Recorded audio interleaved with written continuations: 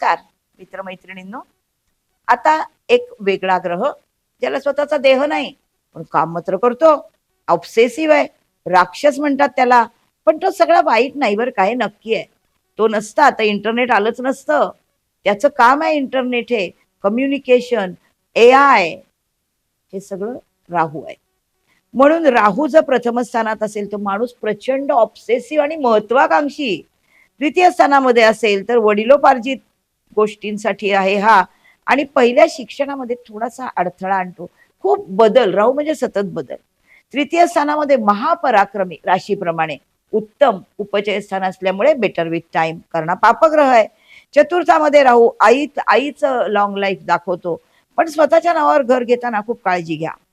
पंचमातला राहू शिक्षणामध्ये खूप नवीन नवीन गोष्टी आणतो, संशोधनाचा कारक ग्रह आहे. षष्ठामध्ये राहू हा कर्जामधून पटकन बाहेर काढतो आणि नवीन कर्ज पण निर्माण करतो. सप्तमामध्ये राहू कदाचित पटकन प्रसिद्धी, कदाचित जोडीदाराच्या बाबतीत थोडा भिन्नलिंगी आकर्षणामध्येही परजातीय किंवा परदेशी जोडीदार असतो. अष्टमातला राहू हा एका प्रकारे मारकाचं काम करतो.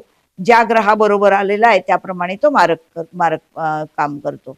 भाग्यस्थानामधला राहू हा गुरु राशीच्या, धनुराशीच्या म्हणजे गुरुच्या राशीच्या स्थानात आला, त्यामुळे हा परोपकारी होतो. हा जर इथे एकटा असेल आणि केंद्राच्या अधिपतींची त्याच्यावर दृष्टी असेल तर हा राजयोग करतो, उत्तम फळ देतो. गुरुचं, शिक्षणाचं, प्रवासाचं, परदेशी जाणारा हा राहू आहे. दशमामधला राहू हा नोकरीमध्ये बदल.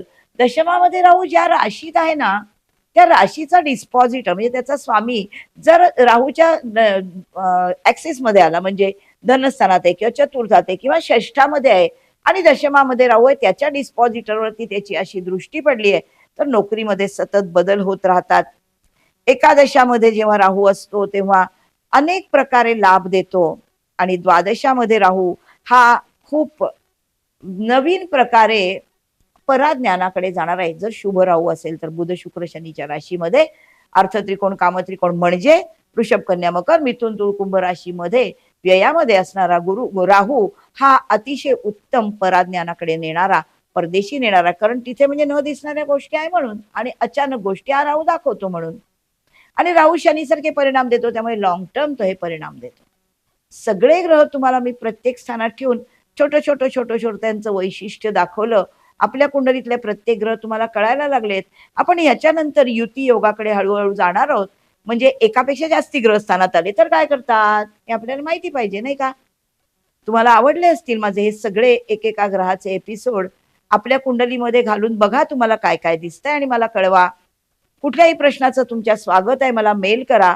माझ्या क्लासमध्ये तुम्ही शिकायला आलात तर तुम्हाला हे सगळं पहिल्यापासून परत शिकता येईल. आपण पुढच्या एपिसोड्सला परत भेटूया. तोपर्यंत चॅनल सबस्क्राईब करायला विसरू नका माझा. Bye bye.